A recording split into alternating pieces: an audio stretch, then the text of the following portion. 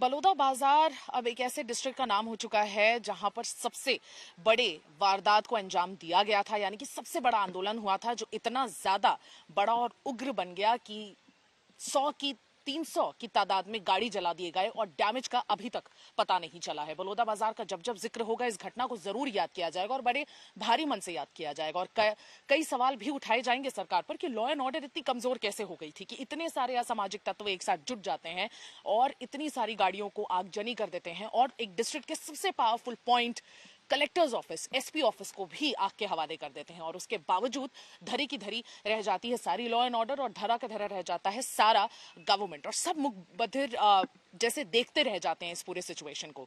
अब इस पर जाहिर सी बात है रिमूव तो कर दिया गया है एसपी और कलेक्टर को 48 घंटे के बाद। ये भी एक्शन होने में काफी टाइम लगा, लेकिन इस पर राजनीति होने में मुझे ऐसा लगता है कि थोड़ी डिले हुई। कांग्रेस भी जरा इंतजार कर रहा था, इस पूरे एपिसोड को डेवलप होने दे रहा था, उसके बाद अब राजनीति कांग्रेस ने शुरू की है। लेकिन बीजेपी ने इस पर राजनीति पहले ही शुरू कर दी थी। जैसे ही बलौदा बाजार की घटना हुई थी, बीजेपी के लीडर्स ने दबी दबी आवाज में ये बोलना शुरू कर दिया था कि बलौदा बाजार के इंसिडेंट में कहीं ना कहीं कांग्रेस का हाथ है। वहां के असामाजिक तत्व जितने भी एकजुट हुए थे वो कांग्रेस ने कराए थे। कांग्रेस के रुद्र गुरु जो फॉर्मर कैबिनेट मिनिस्टर रह चुके हैं भूपेश बघेल की सरकार में, उन पर नाम आ रहा था और वो डिसेंडेंट है गुरु घासीदास के। और गुरु घासीदास मैं आपको बता दूं सतनामी समाज के सबसे बड़े गुरु हैं। उन्हीं के वैल्यूज पर ये पूरा समाज चलता है और अहिंसा और ट्रूथ के वैल्यूज पर ही ये पूरा समाज हमेशा टिका हुआ है। लेकिन उसके बावजूद जब स्पिरिचुअल गुरु गुरु रुद्र गुरु पर यह निशाना साधा गया था तो रुद्र गुरु ने अटैक जरूर किया था, कहा था कि हाईली कंडेमेबल है और भारतीय जनता पार्टी का जवाब नहीं। उनके लॉ एंड ऑर्डर में इतनी बड़ी चूक हो जाती है और फिर भी वो कांग्रेस के लीडर्स को गाली देते हुए नजर आते हैं। लेकिन अब कांग्रेस देर ही सवेर उठ गई है और कांग्रेस ने अब अपनी जो राजनीति है उसको इस टॉपिक पर तेज कर दी है, इस पूरे इंसिडेंट पर तेज कर दी है। कांग्रेस ने ये कहा है कि अब हम समिति बनाएंगे, 7 मेंबर उन्होंने एक समिति बनाई है और ये समिति आज बलौदा बाजार भी पहुंच गई है। समिति बलौदा बाजार पहुंची और वहां पे सतनामी समाज के लोगों से मुलाकात की। बलौदा बाजार के ये पूरे इंसिडेंट में जहां जहां वो फोकल पॉइंट रहा, यानी कि अमर गुफा, मंदिर और वो सारे जगह विजिट किया शिव डहरिया ने, जिनके लीडरशिप में ये समिति बनाई गई है दीपक बैज द्वारा।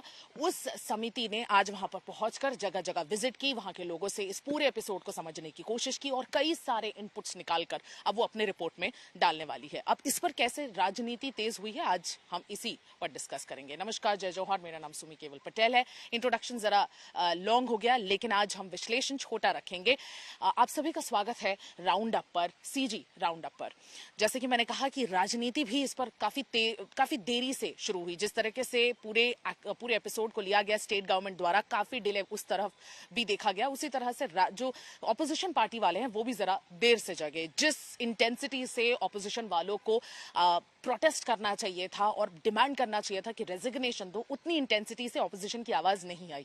लेकिन इन्वेस्टिगेशन करने के लिए 7 सदस्यीय कमेटी बना दी गई। जैसा कि मैंने कहा वो आज पहुंच गए बलौदा बाजार, अलग अलग फोकल पॉइंट्स पर विजिट भी कर लिए, जनता से मुलाकात हो गई, इनपुट्स काफी सारे निकाल के आए हैं। अब वो रिपोर्ट दीपक बैज को जाएगी और दीपक बैज कहीं ना कहीं इस पे अब अपनी राजनीति और तेज करेंगे, क्योंकि और ये जो रिपोर्ट है ये अब स्टेट गवर्नमेंट के पास भी जाएगी कि देखिए हमने ये इन्वेस्टिगेट किया है, इतने सारे इनपुट्स हमें लोकल से बात करके, वहां के ग्रामीण लोगों से बात करके मिले हैं, अब इस पे इन्वेस्टिगेशन हो। एसपी और कलेक्टर को जरूर रिमूव कर दिया गया है, सस्पेंड नहीं किया गया है। ये लेटेस्ट एक्शन था जो इस पूरे एपिसोड में हुआ है। लेकिन अगर आप देखें तो बीजेपी ने जिस तरीके से कांग्रेस की संलिप्तता पर सवाल उठाया था और कहा था कि कांग्रेस के रुद्र गुरु, जिनका बहुत दबदबा है इस पूरे समाज में, उनकी कहीं ना कहीं इन्वॉल्वमेंट उस पूरे उसमें नजर आती है, तो उसी को जवाब देते हुए शिव डहरिया ने भी अब अपने अटैक को तेज कर लिया है। कहा कि भाई लॉ एंड ऑर्डर तो आप अपना संभाल लीजिए, क्योंकि हमारे कार्यकाल में तो इतनी बड़ी घटना हुई नहीं थी, हमारा लॉ एंड ऑर्डर इतना कमजोर नहीं हुआ था कि इतनी बड़ी घटना, इतने असामाजिक तत्व एक साथ जमा हो जाए और इतनी बड़ी घटना को अंजाम दे दे। आइए सुनते हैं शिव डहरिया ने एग्जैक्टली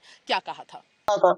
सरकार कई महीनों तक ये काम नहीं किया, जिससे लोग आंदोलित हुए और एक बड़ी घटना बलौदा बाजार में हुई। इससे स्पष्ट है कि भारतीय जनता पार्टी की सरकार जो है सतनामी समाज को, भावनाओं को हमेशा खिलवाड़ करने का काम करती है। अब जो दोषी लोग हैं वो फरार हो गए हैं, वो कहाँ है, किस हालत में है, उसकी कोई जानकारी तो है नहीं। सरकार पहले जांच कमेटी बना देते तो ये घटनाएं नहीं होती। और पूरे प्रदेश में कानून व्यवस्था की स्थिति खराब है और जगह जगह चोरी, डकैती, हत्या, बलात्कार, मॉब लिंचिंग जैसी घटनाएं हो रही है। इसके लिए भारतीय जनता पार्टी की सरकार ही दोषी है जिससे इस तरह के आंदोलन या और घटनाएं हो रही है। जी बिल्कुल, शिव डहरिया ने तो काफी साफ साफ कहा कि लॉ एंड ऑर्डर बहुत कमजोर हो गया और बिल्कुल इस टॉपिक पे राजनीति होनी चाहिए थी और बहुत पहले से ऐसी राजनीति होनी शुरू हो जानी चाहिए थी, क्योंकि ऐसी राजनीति हमेशा जनहित में ही होती है। अब इस पे भारतीय जनता पार्टी ने जाहिर सी बात है एक रिस्पॉन्स दिया है और इस एपिसोड को कहा है कि कांग्रेस अपनी संलिप्तता के बारे में अपनी सफाई दे, लॉ एंड ऑर्डर तो हम संभाल लेंगे।